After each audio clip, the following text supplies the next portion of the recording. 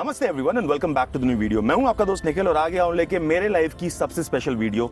आज मैं कलकत्ता में हूं। जैसा कि आप देख पा रहे हो मेरे पीछे एक नहीं दो नहीं काफी सारी ईवीज खड़ी हैं क्योंकि मैं करने वाला हूं कलकत्ता का मेरा सबसे पहला ईवी कम्युनिटी मीट। बहुत तरह की अलग अलग कार यहाँ पे आई हुई है जिनके ओनर्स आए हुए हैं, उनके संग एक्सपीरियंस जो है एक महा ओनरशिप एक्सपीरियंस आपके संग शेयर करने वाले हैं। कौन सी गाड़ी क्या रेंज देती है, प्रैक्टिकल है कि नहीं है, इनमें से कोई भी एक गाड़ी अगर आप खरीदना चाहते हो तो ये वीडियो आपको बहुत हेल्पफुल होगी। सो अपना प्यार दिखाना, सपोर्ट दिखाना, हमारे चैनल को सब्सक्राइब करना सो दैट कि ये फैमिली जो है वो और ज्यादा बढ़े, just like the cars behind me. Without wasting any further time, I'm so excited to make this video. So let's get started. Let's get going.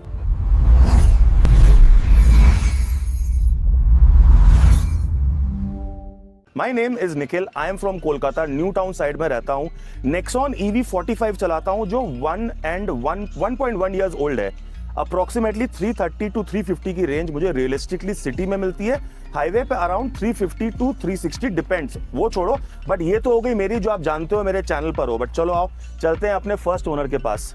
So go for it. Hi guys, so I own a BYD Atto 3.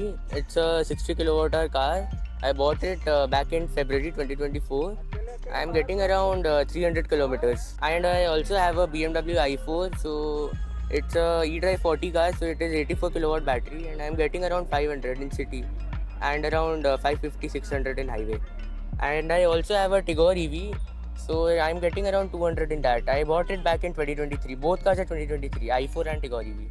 This is awesome because आपने Ivan को देखा है, हमारी एक ownership review बनी थी, बहुत सारा प्यार इसको मिला था। इसकी नॉलेज तो अच्छी है ही, प्लस बंदा एक ट्रू एंथुजियास्ट है, ईवी एंथुजियास्ट है, और इन्हीं लोगों की हमें जरूरत है। हमारी ऑल पैन इंडिया कम्युनिटी तो ग्रो कर ही रही है, बट मैंने सोचा है कि अपनी कलकत्ता कम्युनिटी का जो स्ट्रेंथ है, EV community being the strongest automobile community in my opinion, उसकी स्ट्रेंथ आपको दिखाने का यही पर्सपेक्टिव है। Thank you Ivan. Hi guys, मेरा नाम अतुल है। I owe a Nexon 45 Fearless. I bought it just 15 days back. Range as such मैंने ट्राई नहीं किया, बट SOC और सब कुछ किलोवाट पर आवर के हिसाब से I'm getting around 120 kilowatt hour. So I guess it must be around 350 के आसपास होगा. And I stay near Kalikapur, which is close to Ruby Hospital. Awesome. Thank you Atul. Hello, my name is Abhishek and I own a Windsor EV Pro. I bought this car 4 months ago. I'm very happy with it.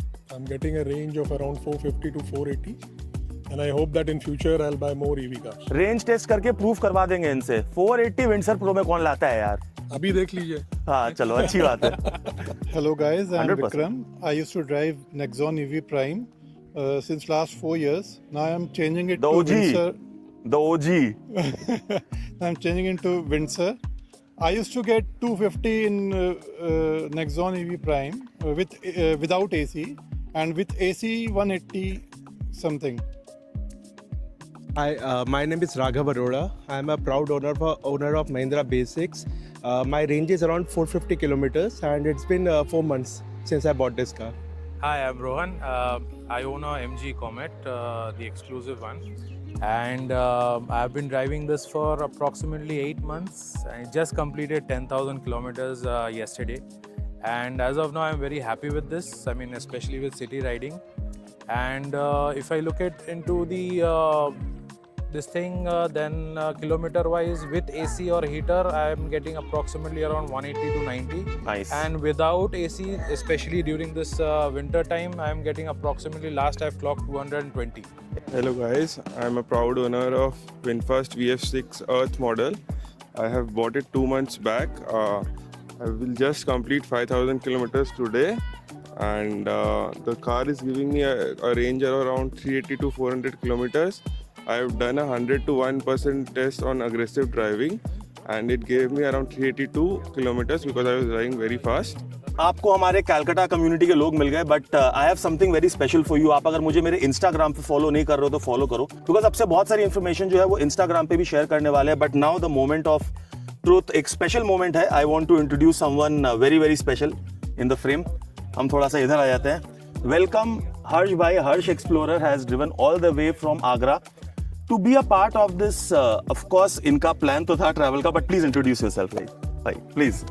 भाई मेरा नाम हर्ष है और मेरा channel है हर्ष explorer. भाई ने हमें बुलाया कलकत्ता, तो हम यहाँ पे आए हैं हाँ भाई, और यहाँ पे अरेंज किया इन्होंने पूरा ईवी का कम्युनिटी का अपना मीटअप जो है बहुत अच्छा है यहाँ पे इस समय। थैंक यू सो मच हर्ष भाई। हर्ष भाई आए हैं और ये बहुत बड़ी बात है। और आज हम सब एक first of all I want to thank everyone to take out your time. Sunday के दिन में समय निकालना बहुत डिफिकल्ट होता है, आई नो दैट, वो भी सुबह सुबह, बिकॉज हम सब कुछ जो करते हैं वो early to bed early to rise ही करते हैं। But thank you so much, आना बहुत बड़ी बात है। आई नो अपनी पहली कम्युनिटी मीट है, आई एम श्योर ये तो अच्छा एक्सपीरियंस रहेगा ही, बट इसके बाद भी कम्युनिटी जो है वो ग्रो करेगी। I am quite confident on that guys. So आपका सपोर्ट और प्यार जो रहेगा, कोशिश कीजिए कि आपके आसपास जितने भी जो ईवी ओनर्स हैं उनको भी इस कम्युनिटी का पार्ट बनाए, because as we are as strong as the community, specially EV community, as you all know कि हम we can do wonders if we are united. Because जब लॉन्ग ट्रैवल्स भी जब हम करते हैं, जैसे हर्ष भाई यहाँ पर जो है, तो इनको ये शेयर करेंगे कि ईवी कम्युनिटी का मतलब क्या है। If you can just share with us. EV community का मुझे बड़ी हेल्प मिलती है एक्चुअली। तो मेरे को क्या है, लोग कनेक्ट है मेरे से काफ़ी जो है, तो मैं ट्रैवल कर रहा होता हूँ तो वो मेरे को बहुत हेल्प करते हैं कि वो मेरे को चार्जर भी निकाल के दे देते हैं। वो वहाँ पे मेरे को ऐप पर भी नहीं दिख रहा होता है ना, इवन वो चार्जर पे मिल जाता है कि भाई यहाँ पे चार्जर है, आप यहाँ पे चार्ज कर लेना।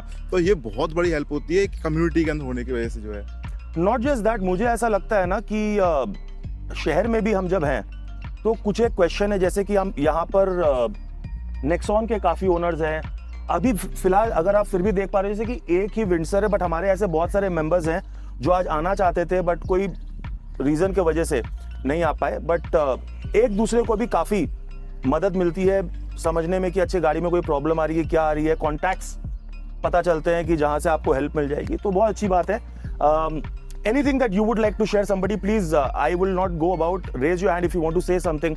कम्युनिटी के बारे में कुछ बात करनी है या कुछ भी करना, how do you feel about this meetup? I would love to hear your thoughts as well. Vedant.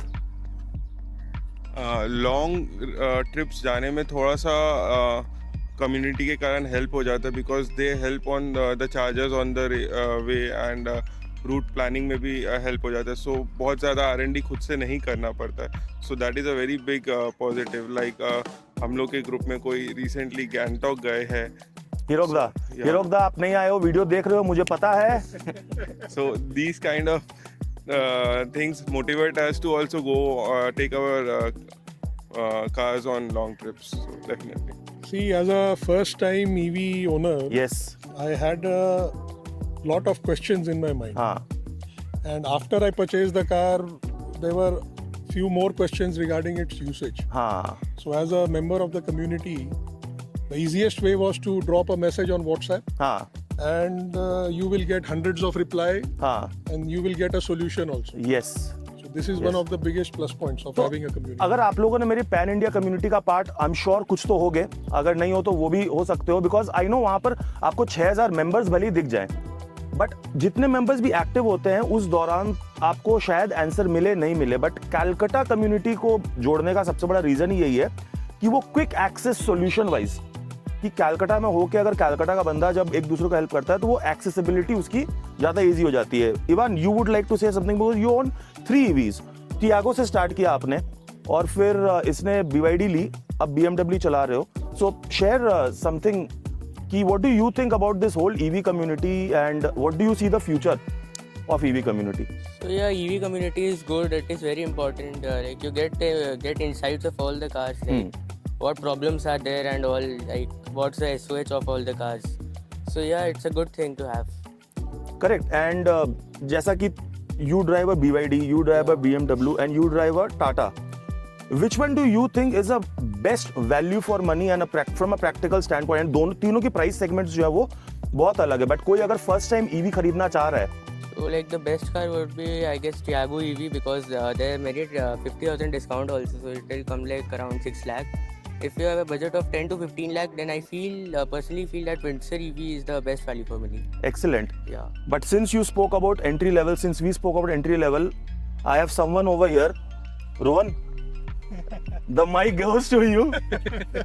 You drive a Comet. Yeah. Purely Comet. Why did you buy the Comet? So yeah, I'm a proud owner of the MG Comet. So when I'm a first time EV purchaser as well. So when I first purchased my EV, I also drove the Tiago. But Tiago, the thing with the Tiago EV is I found it a bit crampy. For my size, especially, I'm a big build, so I found it very crampy, and I did not find that comfort to move around that bit. The inside cabin space was a bit low. Even the leg space I was finding it very difficult. And driving. And the other thing which I found is MG Comet is much more smoother in driving rather than the Tiago EV. That is why I went for the MG, and I'm happy with it. As me first EV owner, मैंने अपनी Tiago EV book कर दी थी। 6,000 रुपये धूलीचंद में मैंने book किए थे। But जैसा रोहन ने बोला, लाइक मैं भी एक बिग गाय हूँ और मुझे भी जो स्पेस जो है वो थोड़ा सा मुझे क्रैम्प्ड लगा। स्पेशली मैं एक्सेंट चला रहा था, Hyundai एक्सेंट, तो उससे एक डाउनग्रेड मुझे फील हुआ था। But I was very happy still because एक ईवी लेना था। मतलब ईवी लेने का भी रीजन होते हैं, will come to that, but EV लेना था। बट वो कैंसिल करके फिर आपको पता ही है कि नेक्सॉन प्राइम मेरे पास आई। तो नेक्सॉन प्राइम तो जो चलाते हैं, जो ये वीडियो देख रहे हैं, नेक्सॉन प्राइम इटसेल्फ ओजीज बोला जाता है उनको, स्पेशली जो 2020-21 में जिन्होंने ली थी, क्योंकि वो एक्चुअली मेरे नॉलेज में स्वतंत्रता सेनानी है। मैंने किसको ये बोला था, क्योंकि उनके बलिदान से ही आज हमें ईवी खरीदने का कॉन्फिडेंस जो है वो आया। हर्ष भाई, डू यू अग्री और डिसअग्री? तो स्वतंत्रता सेनानी हमारे पास में एक है, तो उनसे आप, विक्रम जी, आप प्लीज शेयर करें कि आपने इतने अर्ली ईवी जो खरीदी वो क्यों खरीदी थी, क्या यूज केस था? क्योंकि कोई बंदा अगर ईवी खरीदना चाहता है क्यों खरीदेगा ईवी, और इतने अर्ली ईवी खरीदे, क्या क्या प्रॉब्लम फेस हुए? 120 किलोमीटर्स की है, तो मेरे को रोज धूलागढ़ अप डाउन करना पड़ता है। सिंस फादर भी मॉर्निंग वॉक जाते हैं, मॉर्निंग एवरीडे वो 30-40 किलोमीटर चला के आते हैं वहाँ पे कार, विक्टोरिया वगैरह जाते हैं। तो पेट्रोल गाड़ी में चलाता था पहले, क्रेटा, उसमें 8 की माइलेज मिलती थी, तो काफ़ी कॉस्टली पड़ जाता था पेट्रोल भराना रोज़ का रोज़। तो मैं फिर प्लान किया, 2020 में रिलीज़ हुई थी नेक्सॉन ईवी, मैं उसी टाइम बुक करवा दिया था, बट डबल माइंड में था उस पीरियड में कि भाई 1 साल निकल जाए। तो मैंने उस टाइम में बुकिंग कैंसिल करा के 2021 में वापस से मैंने वही ली, नेक्सॉन ईवी प्राइम ही ली। So I was very happy with the car. 4 साल मैंने चलाई, अप्रॉक्सीमेटली 70,000 किलोमीटर चला ली मैंने कार को। वाओ। उसके बाद में उसमें कुछ प्रॉब्लम्स आने लग गई थी कार में, बैटरी की इशू थी। मैंने सर्विस सेंटर में भेजा, उन्होंने बोला कि इसकी बैटरी चेंज करनी पड़ेगी। तो बट समहाउ वो लोग 1-2 दिन में मैनेज करके उसको ठीक करके मेरे को दे दिए। तो आई वॉज ड्राइविंग अगेन, 2 महीना तक मैंने फिर चलाई, कोई प्रॉब्लम नहीं था। अचानक से उसमें कुछ लिमिटेड परफॉर्मेंस की प्रॉब्लम आने लग गई, तो मैंने फिर सर्विस सेंटर में भेजा। उन्होंने बोला कि अभी कार आपकी इसमें पानी चला गया है, तो आपको इंश्योरेंस इसमें क्लेम लेना पड़ेगा। तो मैंने फिर इंश्योरेंस में देखे, उसमें मेरे को टोटल लॉस पूरा फिगर, मेरे को आईडीवी जो था वो मिल गया। समहाउ अनलकीली मैं आरटीआई नहीं लिया, तो मेरे को बहुत एक ह्यूज अमाउंट का लॉस करना पड़ गया उसमें। अरे वेरी इंपॉर्टेंट पॉइंट एक्चुअली है, आरटीआई ना बहुत जरूरी है हमारी बहुत जरूरी है आज के दिन में आरटीआई, और स्पेशली ईवीज में तो जरूर लेना चाहिए बंदे को। बट मैंने जैसे अपनी जो अभी इंश्योरेंस जो रिन्यू कराई है ना, मैंने आरटीआई नहीं लिया, मैंने जो अपनी आईडीवी है वो गाड़ी से इंक्रीज कर ली। बात सेम पड़ा, मेरा जो प्रीमियम जो पड़ता आरटीआई लेके कम आईडीवी में वर्सेस हाई आईडीवी में विदाउट आरटीआई, वो प्रीमियम मोरलेस सेम था। बिकॉज बहुत जगह आरटीआई का एक रूल क्या है कि जो करंट मार्केट वैल्यू है आरटीआई रिटर्न टू इनवॉइस उस पर ही देगा। तो मेरे को ऐसा लगा कि आरटीआई ना लेना बेटर है। But now that I contemplate कि आपकी गाड़ी अगर टोटल्ड होती है, अगर टोटल मतलब 70% ऑफ द कार्स वैल्यू अगर टोटल हो रही है, इन दैट केस आप आरटीआई ले लो और आईडीवी वैल्यू को कम कर लो। बिकॉज आपकी आईडीवी वैल्यू का 70% will always be lesser than higher IDV value का 70%। तो ये मेरी गलती से मैंने सीख ली। बट आपने एक अच्छी बात बोली विक्रम जी कि आपको पैसे बच रहे थे पेट्रोल पे, इसलिए आपने ईवी ली। गाइस मैं बोलता हूँ there are two type of EV owners. एक जिनका यूज केस है जो पैसे बचाना चाहते हैं ईवी से, दूसरा जो एंथुजियास्ट है। जैसे मैं कैलकाटा में मेरी डेली रनिंग आज के डेट पर 20 किलोमीटर की होगी ऑन एन एवरेज, तो मुझे ईवी की कोई खासा जरूरत नहीं है। But I just love the tech से मुझे प्यार है। And I know someone over here who loves the tech, who is a techie himself, and his name is Raghav. If you can share, why did you buy the BE6? It's such a wonderful car. Share your quick experience with us. जैसे आपने बोला, मैं petrol गाड़ी चलाता था जी, and the only reason I bought this car was कि कोई पेट्रोल गाड़ी इस प्राइस रेंज में ऐसा कंफर्ट और ऐसा टेक अगर आप बोलेंगे नहीं दे रही थी, स्पेशली साउंड सिस्टम या कुछ भी आप लीजिए। इनफैक्ट अडास भी यहाँ इस गाड़ी का बहुत यूजफुल है मेरे लिए। So this is the only reason I bought this car. एक क्वेश्चन जो है, कॉमन क्वेश्चन जो हर एक ईवी ओनर के दिमाग में आता है कि यार सिटी में तो चलो ठीक है, लॉन्ग ड्राइव लेके नहीं जा सकते हैं, प्लान नहीं कर सकते हैं, ईवी लेके बहुत प्रॉब्लम होती है, we can not really plan long drive, वो स्पॉन्टेनिटी नहीं आ सकती है, उतना क्विक कैसे कोई प्लान कर लेगा, चार्जर्स अवेलेबल है कि नहीं है। So I can not be more thankful to this amazing person, because मैंने तो गाड़ी पहले ली थी बट लॉन्ग ड्राइव पे निकलने का कॉन्फिडेंस मेरे को प्योर एंड प्योर हर्ष भाई आपके वीडियोस को देखकर आया। सो प्लीज हमें बताएं कि ये क्या मिथ है, क्या सीरियस यहाँ पर चैलेंजेस होती हैं लॉन्ग ड्राइव, बिकॉज जो ईवी लेगा बंदा वो लॉन्ग ड्राइव पे भी जाना चाहेगा। तो प्लीज हमसे शेयर करें कि मतलब कैसे कर लेते हो भाई, मतलब कैसे कर लेते हो? पता नहीं लोग सोचते ऐसे हैं कि पता नहीं ईवी लेके हम जा नहीं सकते हाईवे पर। यहाँ पे आ जाओ हर्ष भाई। बट मुझे ऐसा लगता है कि मैं बहुत इजीली घूम रहा हूँ, बहुत आराम से घूम रहा हूँ, मुझे कभी कोई दिक्कत नहीं आई है ईवी गाड़ी को। नेक्सॉन 45 नेक्सॉन 45 लेकर के मैं हाईवे पर जब भी जा रहा हूँ मुझे कभी दिक्कत नहीं आई, बहुत स्मूथली। लाइक मेरे पास XUV 300 भी है डीजल के अंदर, तो मैं उसकी तरह चलाता हूँ उसको बिल्कुल नॉर्मल। मैं इससे काफ़ी लंबी ट्रिप कर चुका हूँ, लाइक स्पीति भी मैं गया, रामेश्वरम भी गया इस गाड़ी से, मैं बहुत स्मूथली होकर के आया इससे मुझे। मतलब देखो जनरली एक क्या होता है गाइस, जब भी हम ईवी को अपने कोई भी ईवी खरीदते हैं, होता क्या है कि हम जनरली जब रेंज की बात करते हैं, तो यहाँ पर अभिषेक सर ने बहुत अच्छा बोला था, मैंने पूछा था सर जब रेंज बताना है तो उन्होंने लगे रेंज का मतलब क्या है। करेक्ट अभिषेक सर, रेंज का क्या मतलब है, क्योंकि वो कभी भी 0% पे लाते नहीं है, वो 100 से 20, जो मैं हमेशा सजेस्ट करता हूँ कि 100 से 20। तो हम ये भी पूछेंगे कि आप लोगों का चार्जिंग पैटर्न क्या है, we'll make it very quick, but charging pattern भी बहुत लोग पूछते हैं कि चार्जिंग पैटर्न क्या है। तो रेंज क्या है कि आप गाड़ी जितनी भी किलोवाट की है, आप उसका 80% ही मैक्सिमम जो है वो यूज करते हो, जब आप सिटी में भी हो या जब आप हाईवे पे भी हो। तो हमारी जो 45 है, हमारा 80% मतलब 260 किलोमीटर। हाँ, अप्रोक्सीमेटली मेरा 300 रहता है, 300 के बाद गाड़ी पकड़ता हूँ चार्जर। तो चलो 300 किलोमीटर, इनका 300 किलोमीटर, मेरे हिसाब से मेरा 260, बिकॉज जब हाईवे पे रहते हो तो थोड़ा 100-110 ये गाड़ी कब चली जाती है आपको पता भी नहीं चलता है। You really don't know and you have to put a cruise control to control yourself, otherwise आपको नहीं पता चलेगा, आप जस्ट जाते जाओगे। तो in this case what do you think, how is the infrastructure, because आपसे बेटर कोई बोल नहीं सकता है इंडिया का चार्जिंग इंफ्रास्ट्रक्चर कैसा है आपके हिसाब से? चार्जिंग इंफ्रा अभी इंडिया का खैर ग्रोइंग स्टेज में तो है, बिल्कुल ठीक है। प्रॉब्लम क्या कहाँ पर आती है कि चार्जर लगा हुआ है बट इलेक्ट्रिसिटी वहाँ पर नहीं है। करेक्ट, वो बहुत एक मेजर इशू है हर सिटीज के अंदर, कहीं पे हर स्टेट के अंदर, और मोस्टली बिहार झारखंड में होता हुआ आया हूँ, तो वहाँ पर तो बहुत ही ज़्यादा प्रॉब्लम है इस चीज़ को लेकर के, लाइट को लेकर के। लाइट नहीं है वहाँ पर, खड़ा हुआ वहाँ पर वेट करना पड़ा 1-2 बार मेरे को, बट इजीली मैंने मैनेज कर लिया है चीज़ों को। एनी हाउ मतलब कैसे, मतलब आप इनकी वीडियोस पे तो आपने वो देखा ही होगा, बट उस वक्त क्या लगता है कि गाड़ी यहीं छोड़ दें, क्या करें?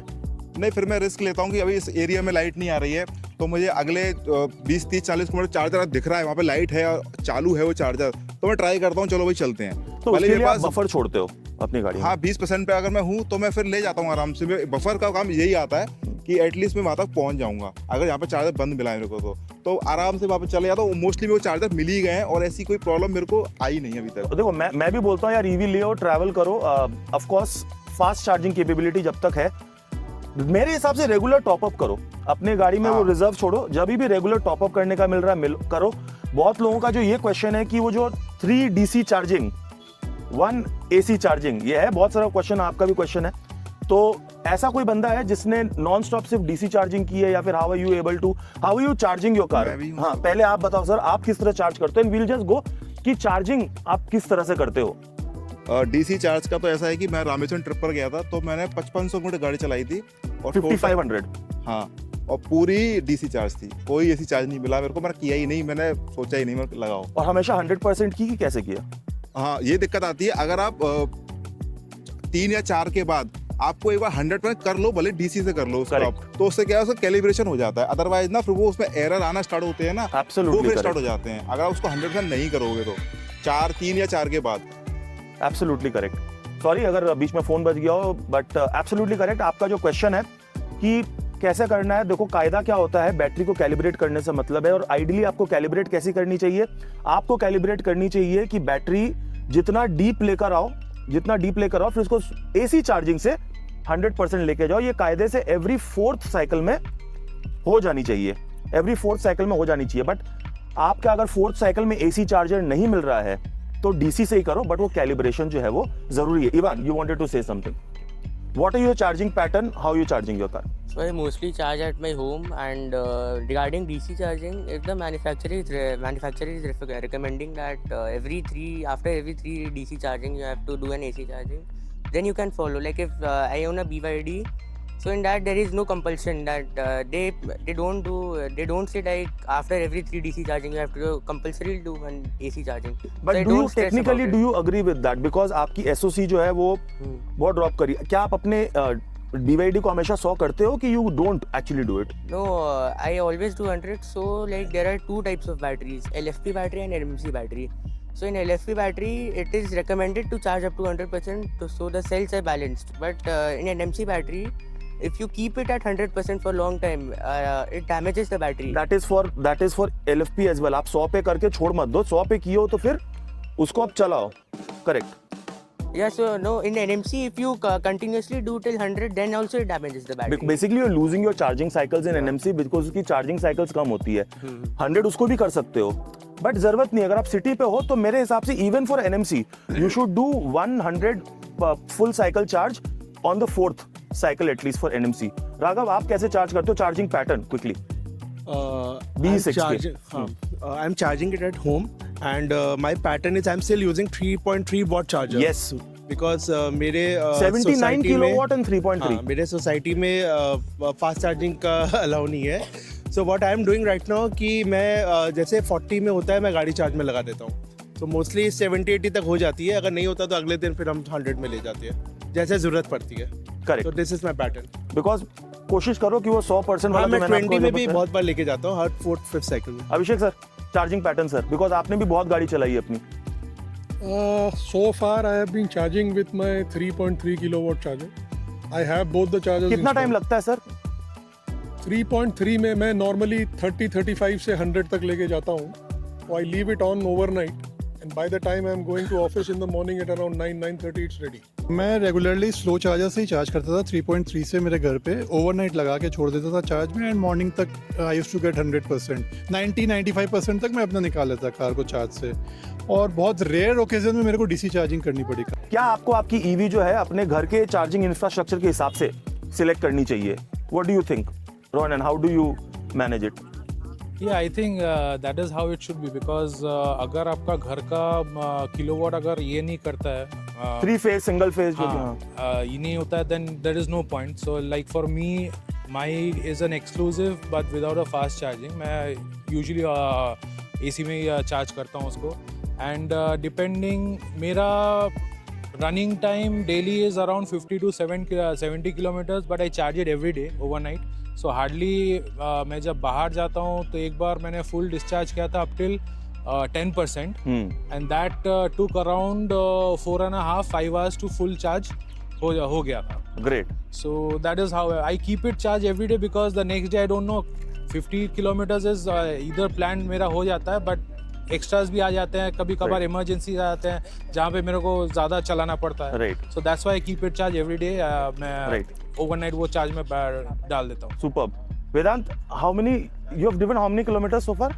I have driven 4,990. 4,000, right, and a new car. बहुत सारे क्वेश्चंस है VF6 को लेके कि कौन सी बैटरी पैक है, क्या केमिस्ट्री है, किसी के पास क्लैरिटी नहीं है. बट आप किस तरह से अपने गाड़ी को जो है वो चार्ज कर रहे हो? I normally charge it around when the battery reaches around 25 to 30%. Very good. And in 15 hours, it charges till 100%. 59 kilowatt. Yeah.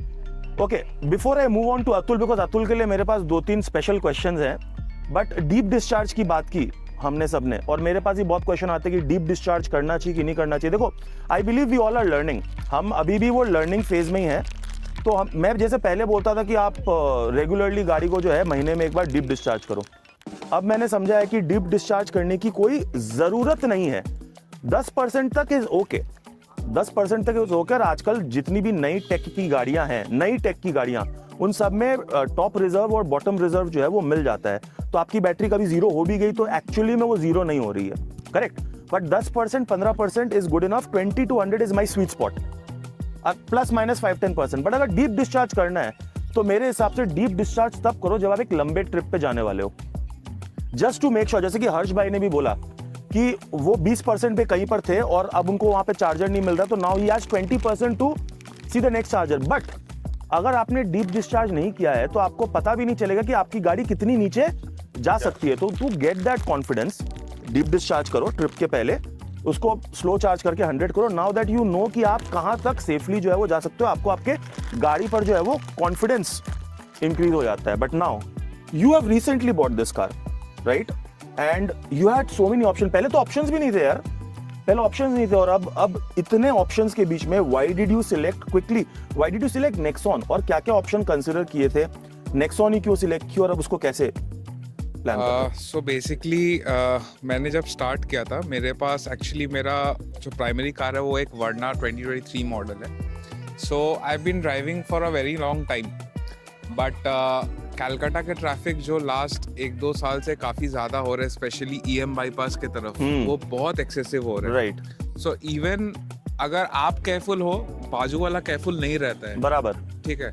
And driving such a long car, मतलब ऑलमोस्ट तो 4.5 मीटर लंबी गाड़ी है, राइट, मतलब मैं इतने दिन से चला रहा हूँ, बट तभी भी मेरे को कभी कभी डर लगता है, मैं रुक जाता हूँ कि भाई कोई बंदा अगर जोर से निकल रहा है। तो मेरे को एक छोटी गाड़ी चाहिए था, तो I had a Tiago AMT, वो मैं यूज़ कर रहा था, but after using for around 1 year I found कि वो माइलेज का इशू था, बहुत सारे उसका मेंटेनेंस का अभी तो issue था। इथेनॉल का भी इथेनॉल ब्लेंडिंग की वजह से भी पेट्रोल गाड़ियों में बहुत लोगों ने स्विच कर दिया ईवी पर। तो फिर मैंने सोचा कि वो टियागो एक्सचेंज करके पहले मैं एक टियागो EV लेता हूँ। दैट इज द टाइम मैं आई नो बिकॉज यहाँ पे बहुत लोग हैं गाइस जो एक्चुअली मेरे से मतलब मैं I didn't want to bring it up, but yes I wanted to bring it up कि we had discussed at detail, like Vikram ji, हम लास्ट 2 महीने से डिस्कस कर रहे हैं, ऑलमोस्ट 2 महीने से डिस्कस कर रहे हैं। तो हाँ बताओ फिर तो टियागो। फिर मैंने टियागो का मैंने देखना स्टार्ट किया, तो मेरे को ज़्यादा मेरा मेन प्रायोरिटी वाज रेंज, ठीक है।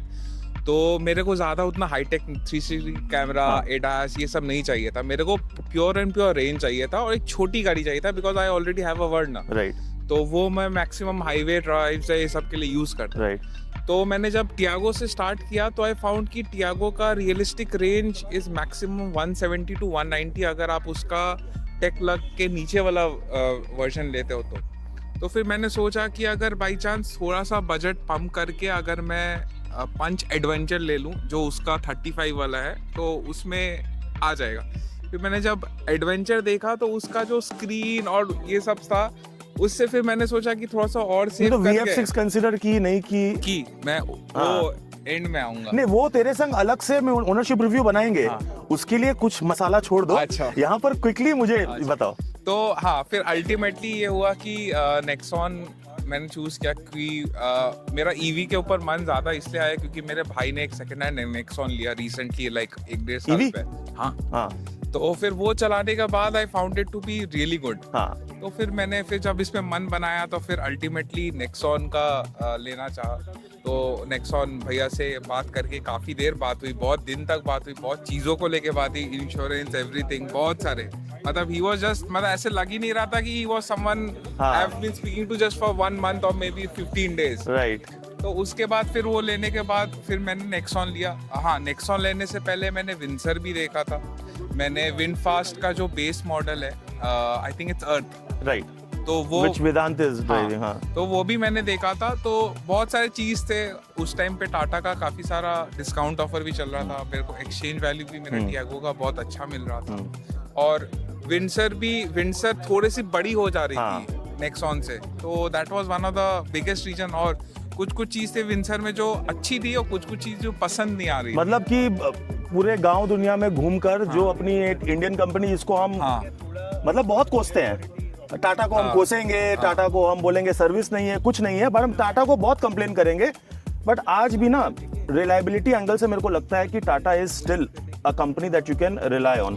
तो ना thank you, as a said कि इनके से ओनरशिप बहुत बात होगी, हमने आज बहुत बात कर ली, आई नो ये वीडियो थोड़ी सी लंबी होगी, एंजॉय करो वीडियो को, एंजॉय करो। अभी हम कुछ एक शॉट्स लेंगे, एक छोटी सी ड्राइव पे निकलेंगे, और एक बहुत इंपॉर्टेंट क्वेश्चन है जो हम सब के लिए मैं बचा के रखा हूं, सेकेंड हैंड EV मार्केट क्या दिखता है आने वाले समय में, वो चाय पे चर्चा करेंगे, उसके लिए थोड़ा सा बने रहो।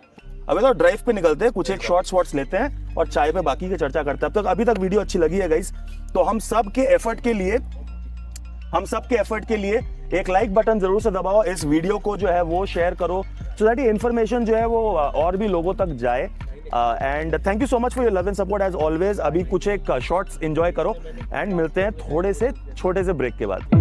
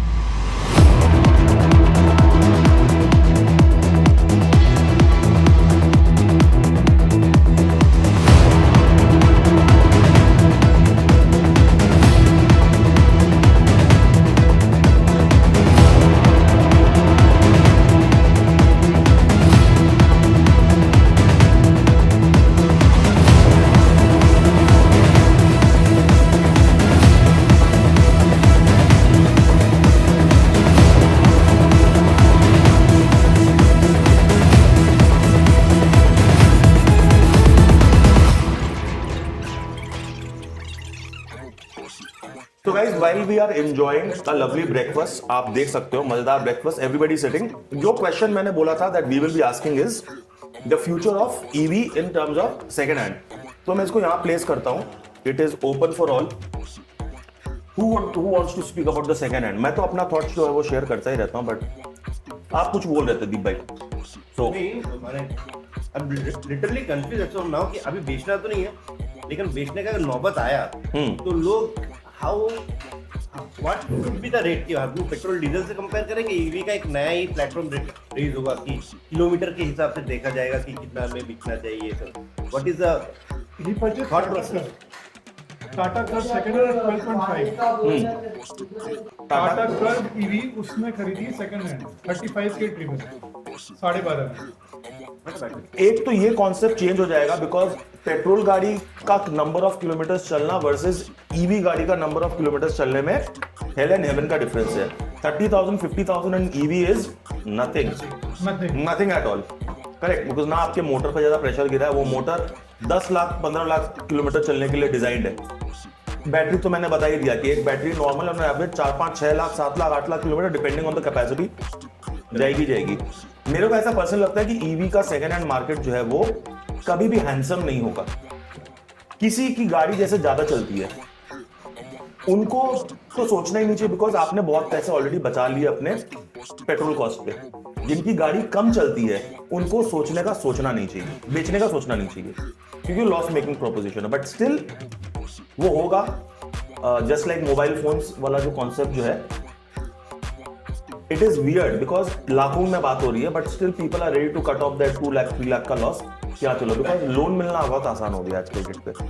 लोन मिले यार, और वो मैंने आपको बोला जब कमेंट दिया था तो उसके बाद ही विंडसर ईवी प्रो निकला. हाँ, so I wanted to get this exchange and get the एक और चाय एमजी. एक और. हाँ, यहाँ पे दो, एक और चाय यहाँ पर. यहाँ पे मेरा ऑन रोड का ये पड़ा था exclusive around 9.5 close to 10 including everything. So MG gave me a proposition of 4.5. एक महीने का, it was just 30 days old. My God. मेरे को नेक्सॉन का मिल रहा था रिसेल वैल्यू 4 लाख, तो मैं उस टाइम आइडिया ड्रॉप कर दिया कि रिसेल नहीं करेंगे, चलाएंगे इसको जितने की. मैं भी वही कर रहा हूँ. I'll keep it as a this thing. और जो टोटल अपने बंदा लेके गया बैटरी तो काम नहीं कर रही है, उन्होंने पूरी गाड़ी को स्पॉइल कर दिया, सब कुछ के वायर वगैरह, वो 2 लाख में समथिंग लेके गया वो. But one thing I would say, MG का service sector I found it very good. MG का इज गुड। ये मैं साइनी एमजी में लेके जाता हूँ जैसर रोड में। आई मीन अच्छे से खातिरदारी, फिर बैठ के क्या क्या करेंगे नहीं करेंगे, अनाउंस दोनों का पीछा ऐड करना, फिर आपको आप बोलेंगे नहीं तो एक बार में वो निकाल भी देंगे, आपको कुछ नहीं करेंगे। बहुत जगह नहीं करना चाहिए, करना नहीं चाहिए। अच्छा, how is the service experience? एक एक करके तो जाते हैं। B6 का सर्विस एक्सपीरियंस, मतलब महिंद्रा का। रॉयल का तो अच्छा है, रॉयल महिंद्रा। नहीं, let's not take any dealership का नाम, बट ओवरऑल आपका एक्सपीरियंस कैसा है? अच्छा है। MG डाला बताओ तो मैं तो अभी तक मेरा हो गया 10,000 में गया नहीं, जाने का जरूरत नहीं है, समझ गया 10,000 किलोमीटर जाने का। टेस्ला वगैरह बोलती नहीं है कि आपको जाना चाहिए सर्विस पे, कोई प्रॉब्लम होगा तो आना है। मेरे तो स्टार्टिंग से बहुत प्रॉब्लम लग रहा है, अब जाके ठीक हुआ। आपका कुछ इशू हुआ था? इलेक्ट्रॉनिक वो बंद रहा, यार ये कम चीनी का पी लेगा please, thank you. Electronic gear का नाम जब DRD होता है ना, बंद हो जाता है, दिखता नहीं है कभी स्पीड में देखना पड़ता कल मेरा मेल सिस्टम बंद हो गया था। इसकी चाय है। ये पहली बार हुआ है, पहली बार तो मेरे को लगा रात तक ठीक हो जाएगा। मैं सुबह जब आया नहीं चल रहा था, मैं गूगल ऑनलाइन पढ़ा तो लोग बोले बार बार ऑन एंड ऑफ फिर ठीक हो। पूरा ब्लैक। इलेक्ट्रॉनिक से इशू है वो नहीं कर रहा था, मैं एमजी में भी फर्स्ट अपडेट होने के बाद वो इनपुट अगर नहीं होता है तो नहीं होगा। अपडेट तो मेरा पता नहीं, बहुत पहले हुआ है। नहीं, बट एक्सपीरियंस की बात हो, एक्सपीरियंस की बात हो, सब कुछ टाटा एक्सपीरियंस की बात, सब कुछ टाटा बोलते हैं, टाटा में इशू है। बट महिंद्रा में कोई इशू आई? ऐसे कोई खास इशू महिंद्रा में? हाँ, महिंद्रा मेरे में तो आई है। मतलब ठीक है, कंसीडरिंग इट्स इंडियन ग्लिचेस है। अपग्रेड से ठीक हो जाता है। सॉफ्टवेयर लेते हैं, सॉफ्टवेयर जैसे मोबाइल में होता है, अपग्रेड आता है ठीक हो जाता है, वैसे कार। तुमने अभी तक सर्विस करा ली? कैसा था? यहाँ पे डेडिकेटेड विनफास्ट का सर्विस सेंटर है। उनके टायर्स वाले भी है, but I have not been to the tyre. वो टायर्स वाले हो गए? हां, TVS और एक से ये आपके लिए है? I had the experience of changing my tire. नया गाड़ी का टायर फटा था ग्लास से, मुझे नहीं पता, टायर तो अच्छा कंपनी का ही दिया है, लेकिन जब फटा बुरी तरह फटा, इतना बड़ा ग्लास से वो। आपका वैसे कितने टाइम गया गाड़ी को? वो आपका साइड में ग्लास लगा हुआ है। कितने किलोमीटर चल गई? एक बहुत ही अमेजिंग चीज हुई है। वेदांत का एक माइलस्टोन अचीव हुआ है। हर्ष भाई, वेदांत का एक माइलस्टोन अचीव हुआ है। यहाँ पर दिखाओ स्क्रीन पर, 5000 किलोमीटर डन। दिखा दो, दिख रहा है? वेदांत जरा देख लेना यार, 5000 kilometre done. Vedant, congratulations, what a nice day to reach a milestone. Very nice, very nice. एक क्विक शॉट, एक आधा शॉट वॉट लेते हैं यहाँ पर। गाइज, अगर आप कैलकाटा कम्युनिटी, ईवी कम्युनिटी से हो, you want to be a part of such drive, because ये मेरा पहला अटेम्प्ट है। बहुत सारी सीख जो है मेरे को वो मिल रही है। We would want a bigger convoy, जैसे यहाँ पर तो आप एक कॉन्वॉय देख ही पाओगे, बहुत ज्यादा आवाज है, but please be a part of it. हम इस तरह का बहुत रेगुलर जो है वो मीटअप्स रखेंगे। अब तो देखते हैं और बात करते हैं कि अब नेक्स्ट टाइम क्या किया जाए, एक ड्राइव, लंबी ड्राइव पे निकला जाए या क्या है, वैसे कुछ प्लान करेंगे। अभी आदत हो गई, अभी कम हो गया या आदत हो गया? ये मेरे को एक और जन ने बोला है कि गाड़ी चलाते चलाते वो आवाज भी कम लगती है और सस्पेंशन भी स्टिफ होते हैं, वो थोड़े से सॉफ्ट, बट फिर सॉफ्ट होने लग जाते हैं। ये मेरा भी ये फैक्ट है। पहले जब स्लो आप ये चलाओगे तब उतना सॉफ्ट नहीं लगेगा, लेकिन चलते चलते वो सॉफ्ट हो जाता है। मे बी कि टायर नया था तो ज्यादा आवाज था, ऐसा कुछ, आई डोंट नो। हो सकता है, बट टायर विंडसर के सुन रहा हूँ घिसते भी ज्यादा है। हैरियर ईवी के बहुत जल्दी घिस रहे हैं टायर। जो अपडेट अब कम्युनिटी मीटअप है वो अपने एंड पे आ गई है। हमने सोचा कि मैक्सिमम चीज कवर करें, बट गाइज कैसा लगा, if you can just you know tell everyone how has been the experience of this meetup. Action भाई, ओह हाँ, एक जो राघव को पढ़ ले बस। So guys, how was the experience, Harsh bhai? ये नहीं बोले एक बार भी डॉक्टर साहब। So this is our first meet and I've met a lot of new people. I'm very excited and I'm meeting good friends who are interested in cars and car related topics. I'm very happy. EV, particularly EVs, you know, and we are going to blow it in the coming months. Yeah. Please, quickly, whoever wants to share the experience, go on. Well, this was our first meet. I liked it quite a lot, and hoping we have more kind of meets. Do you think we should have more meets like this? Yes, we should have more meets. Next month we should Possibly next month, yeah. With possibly the next size would be a bit more. Hopefully. We would have more people after looking into the videos should join in and enjoy with us. Please join. I'm giving my number, so and a link is there for the Kolkata group only. But to DM me, I will share the link. Please let me know. And once again, guys, thank you so much. अगर हमसे कोई information miss हो गई हो तो हमारे next meetup पे वो मिल जाएगी, नहीं तो मैं तो अपना ज्ञान जो है वो बांटता ही रहता हूँ, लोग उससे परेशान है कि नहीं। This is Nikhil and the Kolkata EV group signing off now. मिलते हैं बहुत जल्द नेक्स्ट वीडियो में। Take care, God bless, love you guys, bye all. Bye everyone.